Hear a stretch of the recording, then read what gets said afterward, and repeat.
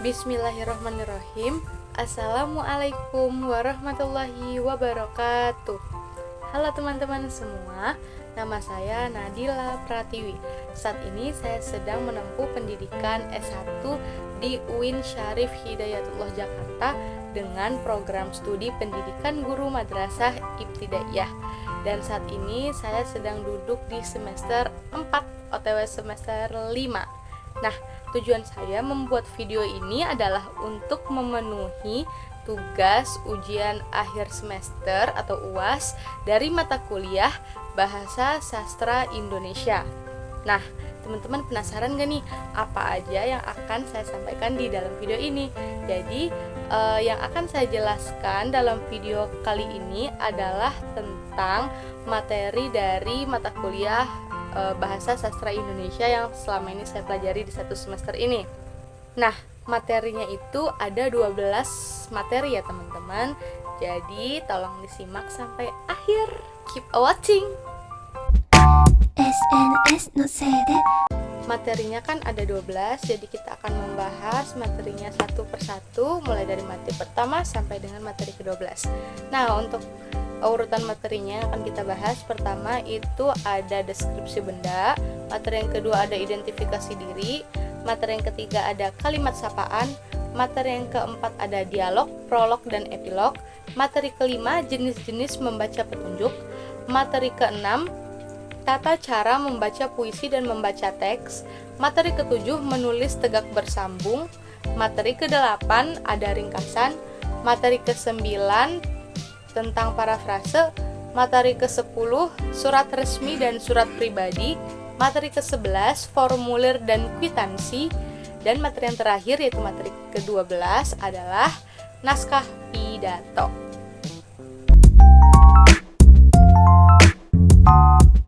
Baiklah teman-teman, di sini kita akan membahas materi yang pertama yaitu deskripsi benda.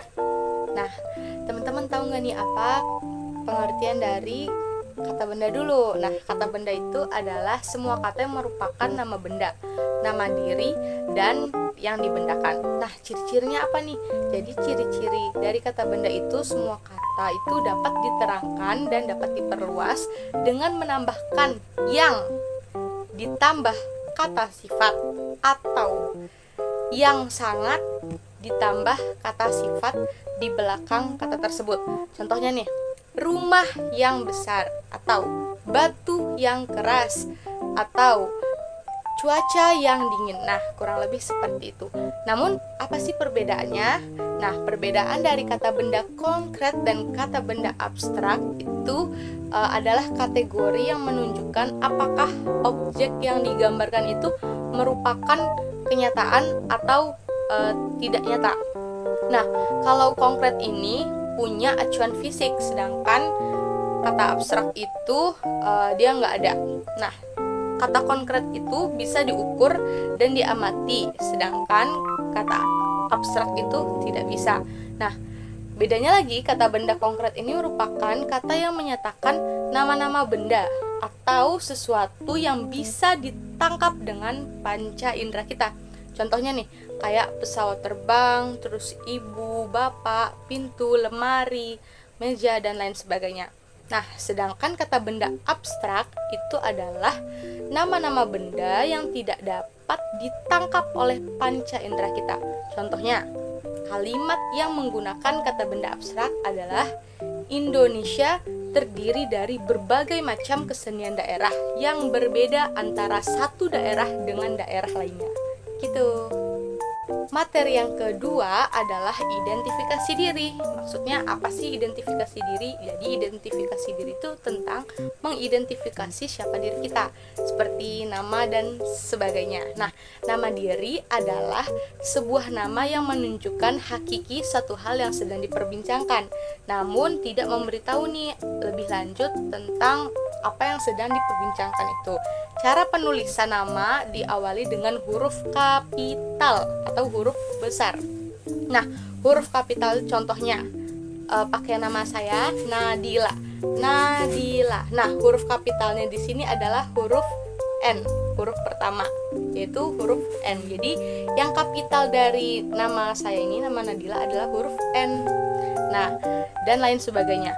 Nah, terus untuk tingkat sekolah dasar, siswa itu diharapkan bisa menyebutkan siapa nama ayah kita dan siapa nama ibu kita, juga saudara serta kerabat-kerabatnya, juga jumlah anggota keluarga kita.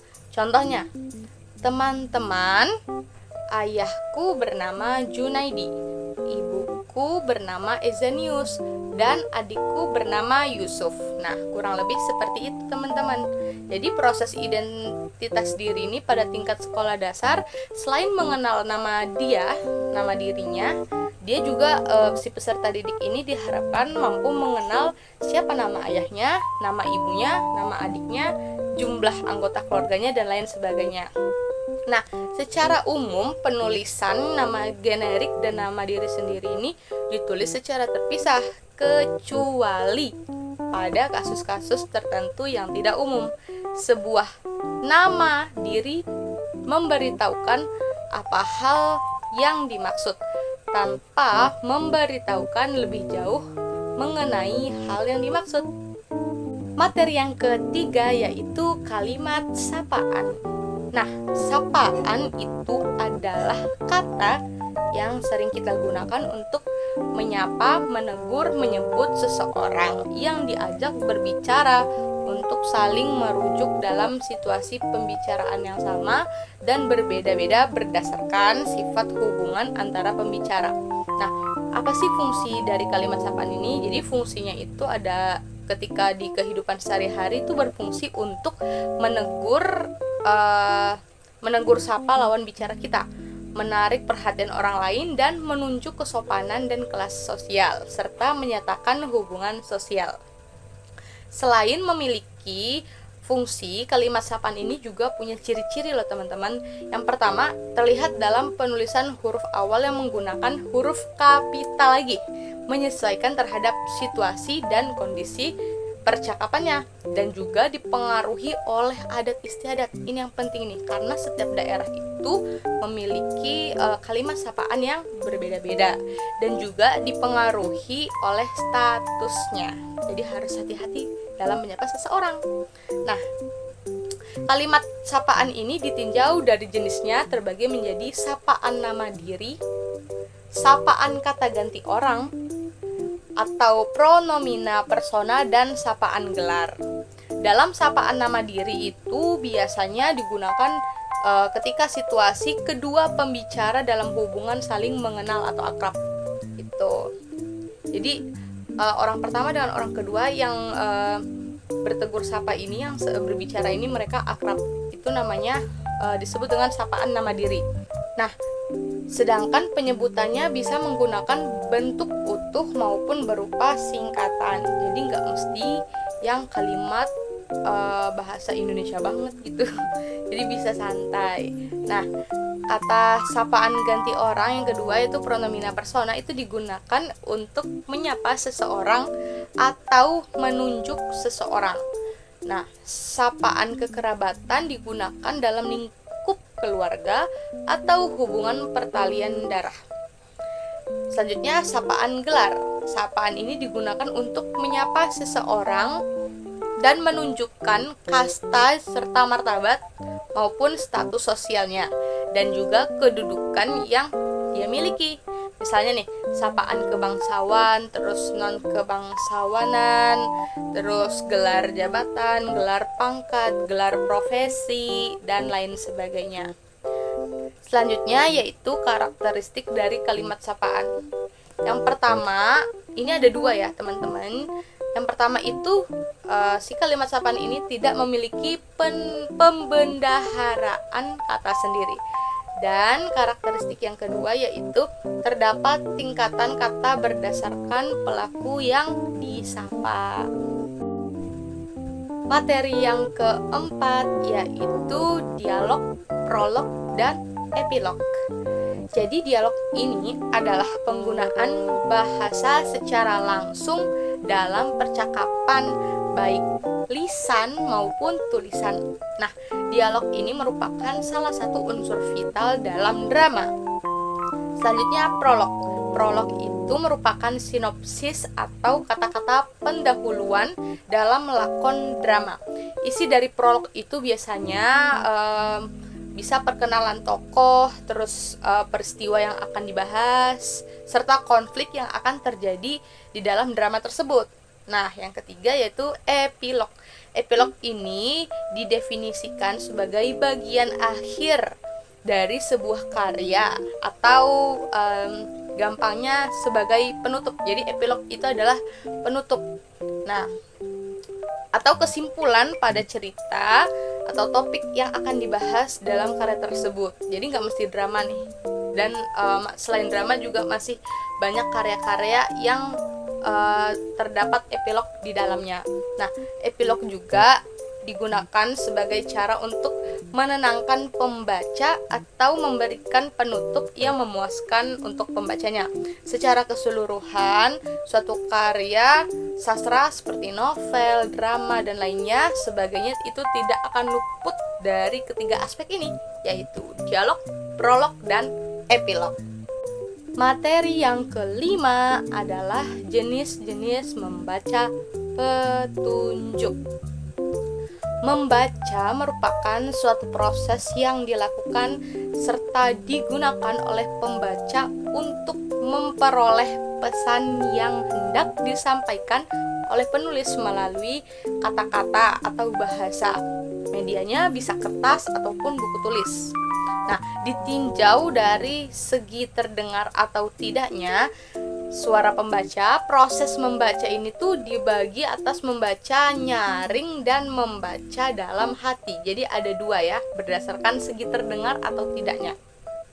Nah, ditinjau dari sudut cakupan bahan bacaan yang akan dibaca, itu dapat kita golongkan ke dalam dua jenis. Ada membaca ekstensif atau extensive reading, dan yang kedua ada membaca intensif atau intensive reading. Nah, yang pertama tadi membaca ekstensif itu ada lagi jenisnya. Dia melahirkan 3 jenis membaca.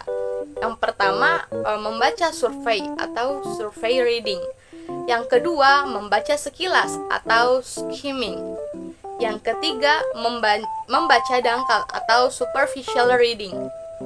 Nah, itu membaca telah isi atau yang kedua nih, jenis yang kedua tadi, membaca telah isi atau intensive reading itu dibagi banyak lagi, lebih banyak daripada si extensive reading. Kalau intensive reading itu dibagi menjadi membaca teliti atau close reading. Yang kedua membaca pemahaman atau reading of understanding. Yang ketiga membaca kritis atau critical reading. Dan yang terakhir membaca ide atau reading for ideas. Selanjutnya ada tata cara membaca dengan baik dan benar. Kan membaca itu merupakan suatu proses memahami suatu bacaan supaya kita bisa paham terhadap isi dari buku atau kertas tersebut. Diingat dan juga bisa diaplikasikan atau dipraktekkan. Nah, dalam hidup kita perlu 2 hal belajar membaca. Yang pertama, kita harus belajar untuk membunyikan tulisan. Yang kedua, kita juga harus belajar untuk memahami suatu bacaan. Nah, banyak nih yang melewatkan belajar memahami ini. Jadi kita harus tahu betul bagaimana sih cara membaca yang baik dan juga benar dari isi bacaan itu agar kita pahami. Nah, yang pertama, tata cara membaca yang baik dan benar itu adalah kita harus bertanya. Jadi bertanyalah tentang hal-hal yang kurang kita pahami dalam bacaan itu. Yang kedua, lanjutkan. Saat kita membaca, usahakanlah untuk tidak mengulangi kalimat yang sudah atau yang baru kita baca, karena itu akan mengurangi kecepatan membaca kita. Yang ketiga, pilih. Nah, maksudnya apa nih? Jadi, pilihlah buku yang akan kita baca dengan bijak. Lihatlah judul, tulisan sampul, daftar isi, kalimat pembuka, dan juga baca sekilas nih isi buku itu apa. Yang keempat, diskusikan. Jadi kita juga perlu nih mendiskusikan buku yang akan kita baca dengan teman-teman kita agar kita bisa tahu apa isi dari buku tersebut. Yang kelima, simpulkan. Kita juga harus perlu menyimpulkan apapun yang baru kita dapat setelah membaca satu bab buku. Satu aja cukup itu. Nah, jika perlu, kita bisa menyimpulkannya setelah membaca satu subbab. Yang keenam, jika ingin cepat. Nah, apabila kita ingin cepat membaca, bacalah kesimpulan dari buku tersebut. Jadi nggak mesti semuanya dibaca bukunya. Itu kalau ingin kita cepat selesai, bisa dibaca kalimatnya, kalimat dari kesimpulannya. Yang ketujuh, catat. Jadi catat pokok pikiran terdapat dalam bacaan. Yang kedelapan, jarak pandang membaca itu sekitar 30 cm. Membaca dengan jarak antara mata dan buku yang dekat memang akan terlihat lebih fokus. Akan tetapi itu sebaliknya bisa merusak mata kita, bisa membuat mata menjadi minus. Materi yang keenam yaitu tata cara membaca puisi dan membaca teks. Menurut Kamus Besar Bahasa Indonesia, puisi merupakan ragam sastra dengan penggunaan bahasa yang masih terikat oleh mantra, penyusunan larik, bait, irama, ataupun rima. Arti puisi lainnya adalah sebagai sebuah gubahan atau sajak dalam bahasa, di mana bentuknya itu dapat ditata dan dipilih dengan cermat. Ciri-ciri puisi apa nih teman-teman? Jadi ciri-ciri puisi itu bisa dilihat secara sederhana melalui 3 hal yang menentukan kelahiran dari puisi tersebut. Yang pertama itu dasar ekspresinya.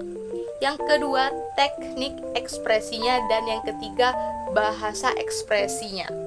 Nah, ketiga hal ini menandai bahwa suatu teks kreatif tertentu itu pasti puisi, bukan prosa. Ketiga hal itu juga mampu menandai ciri khas seorang penyair dalam berkarya puisi. Prosa dalam kesastraan itu sering disebut dengan istilah fiksi.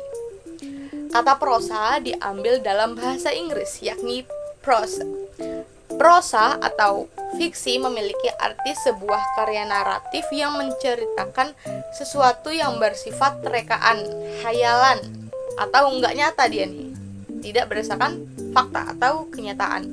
Dapat juga berarti suatu kenyataan yang lahir berdasarkan hayalan.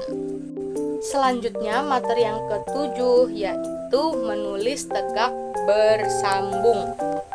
Nah, keterampilan menulis permulaan ini sangat penting untuk dikuasai oleh peserta didik, dikarenakan keterampilan menulis permulaan ini adalah keterampilan mendasar atau keterampilan dasar bagi peserta didik di sekolah dasar ataupun madrasah ibtidaiyah.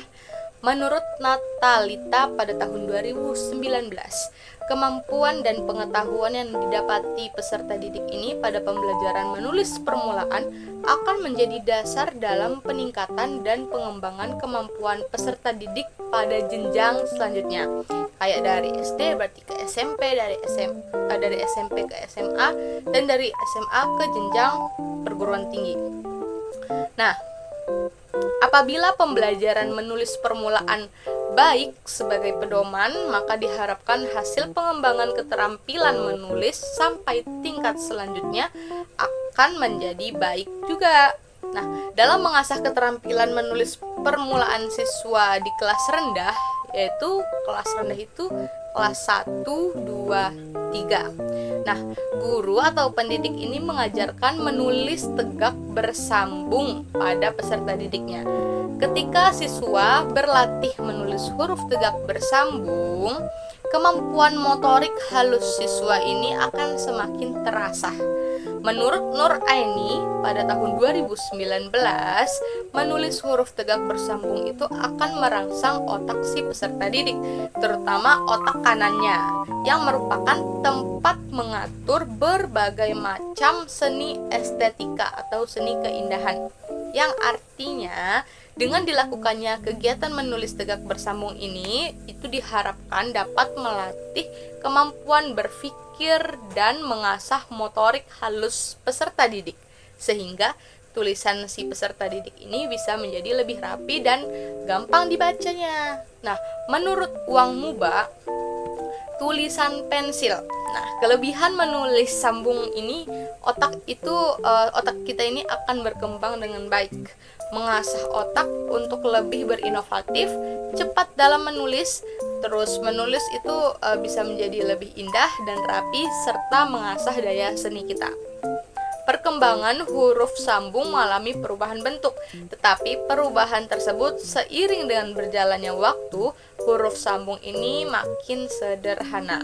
Nah, langkah-langkahnya apa nih teman-teman untuk menulis tegak bersambung? Yang pertama, itu pastiin dulu kalau siswa atau peserta didik ini menguasai huruf cetak.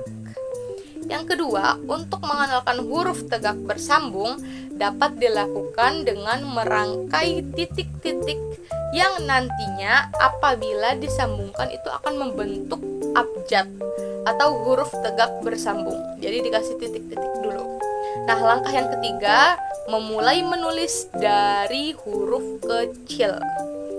Dan langkah yang keempat, menulis dengan huruf besar. Nah, jika peserta didik sudah memenuhi dari langkah-langkah tadi, maka insya Allah akan dipastikan peserta didik itu bisa menulis tegak bersambung dengan baik dan benar. Materi yang ke-8 yaitu ringkasan. Nah, apa sih pengertian dari ringkasan? Jadi ringkasan itu adalah hasil kegiatan dari meringkas atau merangkum. Nah, ringkasan ini bisa diartikan juga sebagai suatu hasil merangkum atau meringkas suatu tulisan yang tadinya kita baca menjadi satu uraian yang lebih singkat dengan perbandingan secara proporsional antara bagian yang dirangkum dengan rangkumannya. Oke. Jadi ciri-ciri ringkasan yang baik itu apa sih? Nah, ringkasan yang baik itu yang pertama, ringkasannya itu memiliki karakteristik atau ciri-ciri mengungkapkan kembali sebuah karangan atau naskah bacaan dalam bentuk yang lebih padat. Jadi yang tadinya ibarat kata satu paragraf itu ada 4 kalimat, karena adanya kegiatan meringkas ini itu bisa disingkat menjadi mungkin 2 kalimat saja, tapi tidak mengurangi arti dari paragraf tersebut. Jadi lebih padat kalimatnya, nggak yang basa-basi. Nah, ciri-ciri yang kedua, ringkasan ini memiliki ciri yakni memproduksi kembali apa yang diungkapkan si pengarang ke dalam tulisannya. Yang ketiga, ringkasan punya ciri-ciri susunannya itu berisi mengenai sudut pandang dan isi yang mengikuti tulisan atau naskah asli dari pengarang. Nah, sehingga meski kita menuliskannya kembali dalam bentuk ringkasan yang udah kita bikin tadi, tapi itu harus sesuai dengan susunan naskah asli. Jadi harus original nih kalimatnya, nggak boleh keluar dari jalur atau nggak boleh keluar dari susunan naskah aslinya. Ciri-ciri yang keempat adalah tetap menjaga urutan ide-ide pokok sehingga terbangun ringkasan dari naskah asli. Di dalam menulis ringkasan, kita tetap harus mengurutkan atau menurutkan ide pokok sesuai dengan karangan asli. Yang kelima, ciri dari ringkasan yang terakhir adalah menuliskan kalimat-kalimat pendek yang mewakili tulisan pengarang. Karena pada prinsipnya itu meringkas adalah membuat tulisan menjadi lebih pendek. Oleh sebab itu, kalimat yang ditulis dalam ringkasan itu juga harus pendek dan lebih berisi, lebih padat. Tetapi tetap harus mencantumkan berbagai unsur estetika dari naskah atau karangan aslinya. Nah, langkah-langkah membuat ringkasan itu apa? Yang pertama, kita itu harus membaca naskah asli. Yang kedua, mencatat gagasan utama. Yang ketiga, mengadakan reproduksi. Yang keempat, alasan dibuatnya karangan. Gitu. Jadi karena adanya manfaat tertentu dari dibuatnya ringkasan tersebut. Beberapa manfaat membuat ringkasan, yang pertama itu bisa memudahkan kita membaca isi dari pokok suatu bacaan. Yang kedua, memudahkan mengingat materi. Yang ketiga, membantu memahami teks. Dan yang keempat, mengingatkan kembali materi dengan cepat gitu. Jadi nggak perlu baca satu lembar gitu. Bisa yang tadinya kita membaca satu lembar, ketika kita meringkas itu mungkin bisa menjadi 2 paragraf. Dan manfaat ringkasan yang terakhir yaitu melatih kreativitas kita.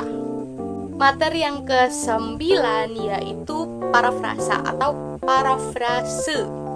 Beda di A sama di E, tapi maknanya sama.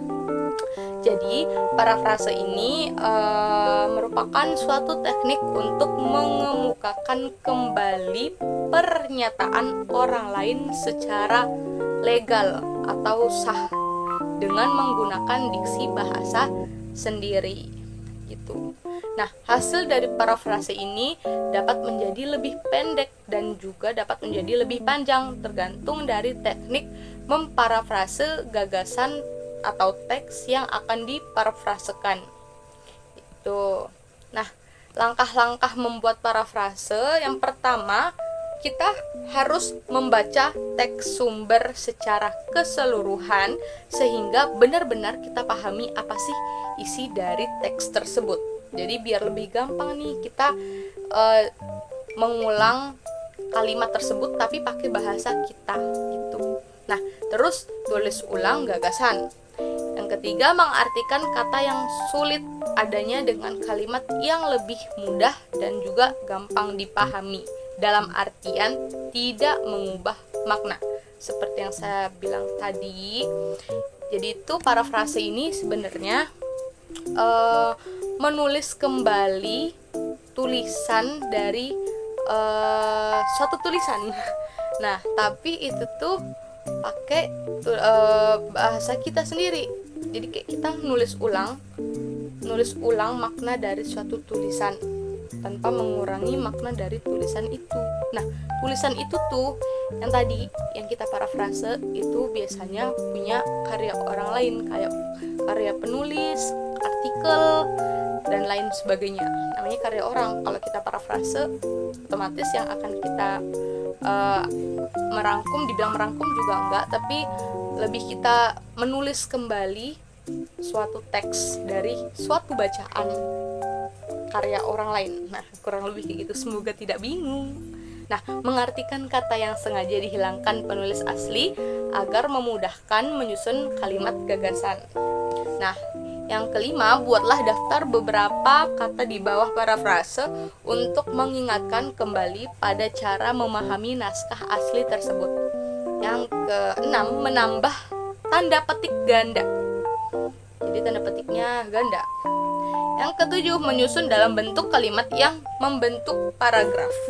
Dan terakhir, tulislah sumber rujukannya juga.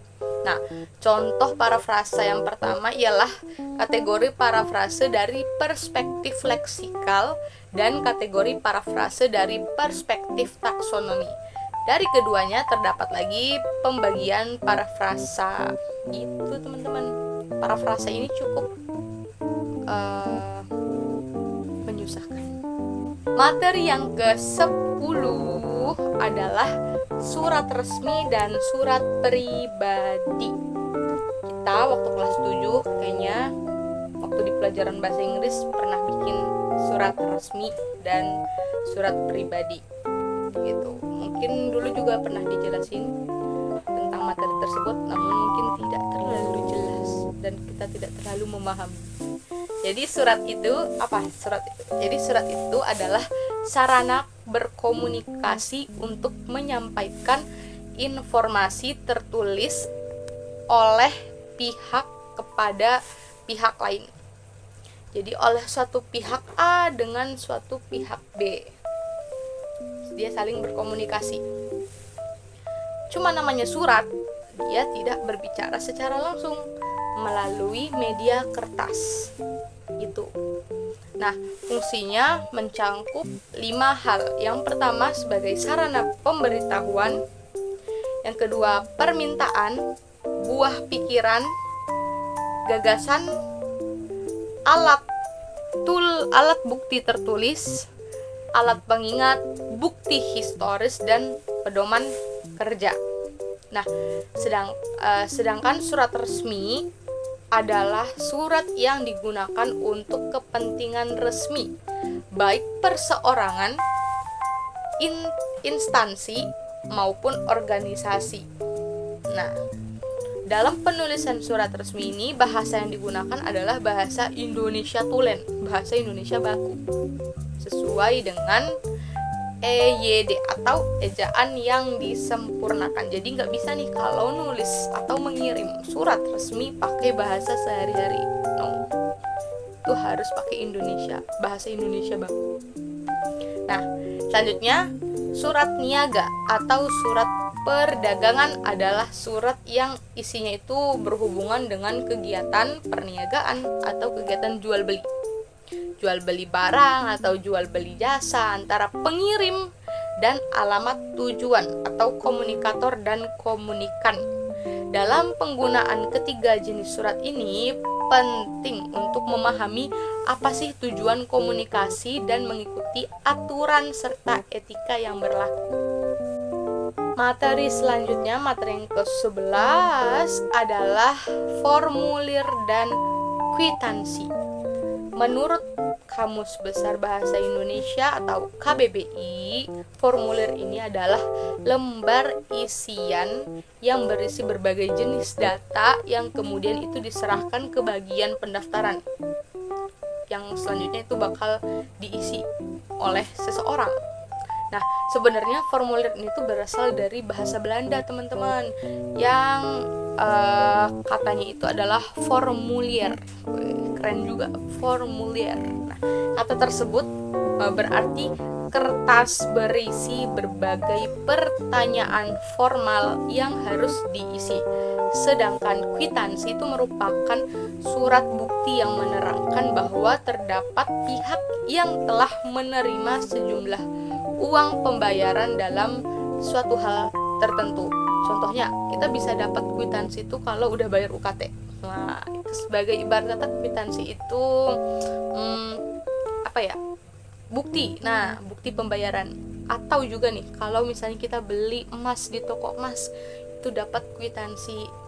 Atau bawah di situ keterangannya emas seberat berapa gram telah dibeli di hari itu. Pokoknya ibarat kata buktinya lah.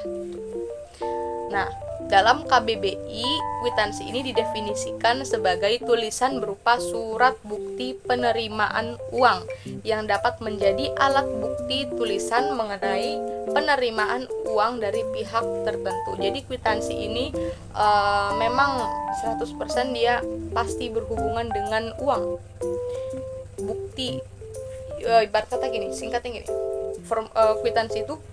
kwitansi itu adalah bukti dari orang A telah membayar ke orang B. Nah, orang B akan memberikan kwitansi ke orang A. Kurang lebih seperti itu, teman-teman.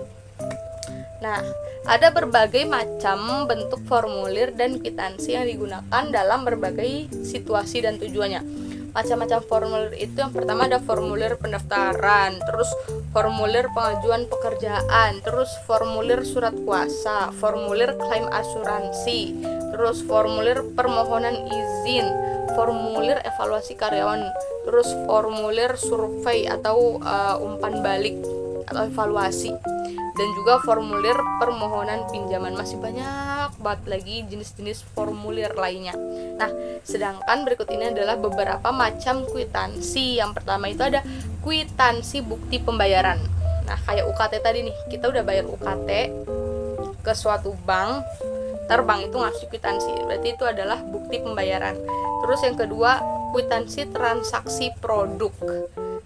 ibarat kata yang tadi saya bilang kita beli kulkas misalnya nih, ini beda lagi, bukan emas tapi kulkas, kita beli kulkas, ntar dikasih kwitansinya tentang tipe apa kulkas itu, merek apa kulkas itu, dibeli tanggal berapa kulkas itu, terus jumlahnya berapa yang kita beli, terus harganya berapa kulkas itu, kurang lebih seperti itu transaksi produk berhubungan dengan uang juga. Terus selanjutnya kwitansi transfer uang, kayak mentransfer suatu bank A ke bank B gitu, ntar keluar tuh ibarat kata struk bukti transfer. Nah, terus kwitansi cash receipt atau dan selanjutnya kwitansi serah terima uang. Pokoknya kwitansi ini benar-benar berhubungan, ruang lingkup besarnya itu tentang uang atau duit. Nah, selanjutnya formulir itu bertujuan untuk apa? Nah, formulir itu bertujuan untuk mengetahui data-data seseorang yang mengisi formulir tersebut. Nah, dalam proses pengisian formulir tentu memiliki petunjuk pengisiannya. Formulir ini ada contoh-contoh petunjuk pengisian formulir. Yang pertama, isilah dengan contohnya nih. Yang di kata-kata formulir itu ada ibarat kata perintahnya lah gitu, petunjuk untuk mengisi suatu formulir. Yang pertama contohnya nih, isilah dengan pulpen tinta berwarna hitam.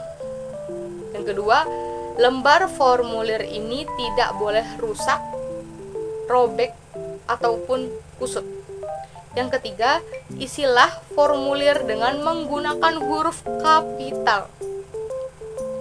Yang keempat, isilah identitas diri dengan sebenar-benarnya. Yang kelima, bubuhkan tanda tangan pada bagian kanan bawah. Jadi ibarat kata petunjuk pengisian formulir ini menyuruh kita untuk melakukan apa yang dia lakukan, apa yang dia suruh gitu. Nah, selanjutnya cara untuk menulis kwitansi juga ada syaratnya, tidak dapat dilakukan oleh sembarangan sebab kwitansi ini memiliki peran yang sangat krusial untuk melakukan transaksi. Berikut langkah-langkah yang bisa kita ikuti untuk mengisi kwitansi pembayaran sederhana. Pertama, isi nomor transaksi pada kwitansi dengan jelas dan lain sebagainya. Terus tuliskan nama lengkap pemberi uang di bagian telah diterima dari bla bla bla bla bla. Terus tulis jumlah uang dalam format angka pada bagian uang sejumlah bla bla bla bla bla. Itu biasanya angka ya. Terus tuliskan tujuan penyerahan uang di bagian untuk pembayaran bla bla bla bla bla. Jadi kenapa kita melakukan pembayaran itu? Jadi tulis di situ. Terus juga tulis total uang yang diserahkan pada kalimat. Jadi bukan angka pada bagian terbilang bla bla bla. Jadi pakai huruf, pakai kalimat. Dan terakhir, lengkapi dengan tempat dan tanggal transaksi itu dilakukan di bagian kanan bawah. Dan tambahkan tanda tangan, nama jelas dari penerima uang itu. Materi yang terakhir, yaitu materi ke-12 adalah naskah pidato. Nah, teman-teman tahu nggak nih apa arti pidato? Jadi pidato itu adalah pengungkapan pikiran dalam bentuk kata-kata yang ditunjukkan kepada orang banyak atau wacana yang disiapkan untuk diucapkan kepada halayak umum atau masyarakat. Nah, tujuannya apa? Nah, tujuan dari pidato secara umum itu untuk meyakinkan pendengar, memberikan informasi, dan memberikan motivasi kepada si pendengar itu. Sedangkan tujuan pidato berdasarkan jenisnya yaitu memberikan pemahaman atau memberikan informasi, meyakinkan pendengar, membuat orang lain menjadi lebih senang, dan memberikan pengaruh positif untuk orang lain. Nah, jadi apa nih struktur teks pidato? Struktur teks pidato itu ada 3 ya teman-teman. Ada pembukaan, ada isi, dan ada penutup.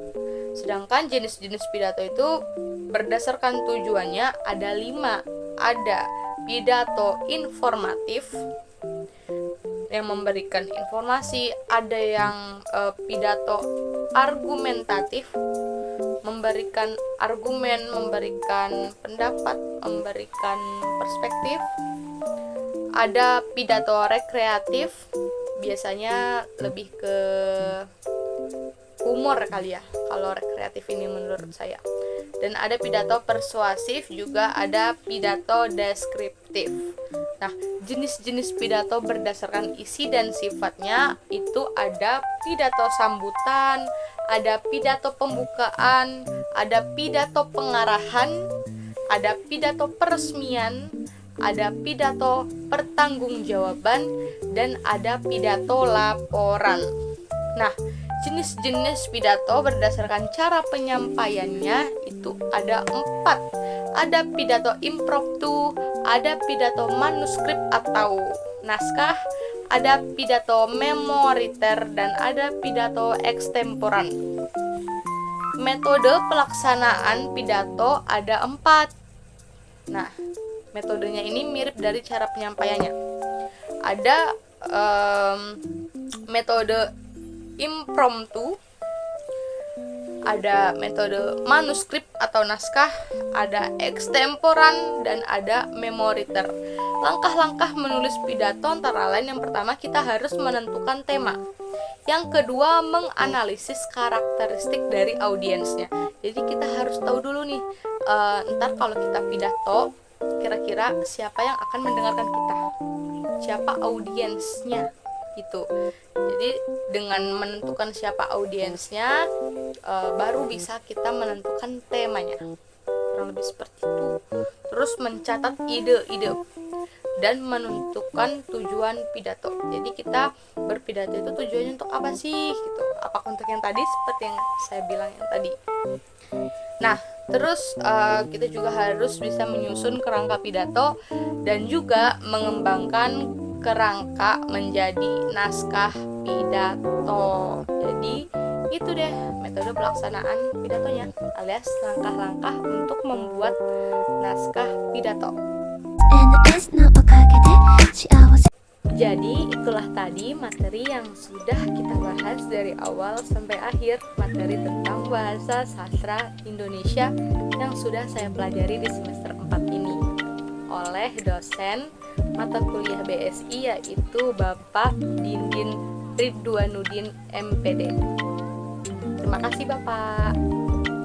Semoga teman-teman yang menonton dari awal hingga akhir video sehat selalu pokoknya. Oke, sehat selalu, panjang umur, dan terus semoga video ini bisa bermanfaat untuk teman-teman yang mungkin juga mempelajari materi ini di semester berikutnya. Jadi biar gak ketinggalan gitu.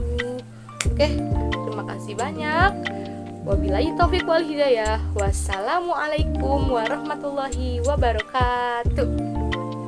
Dadah, selamat liburan.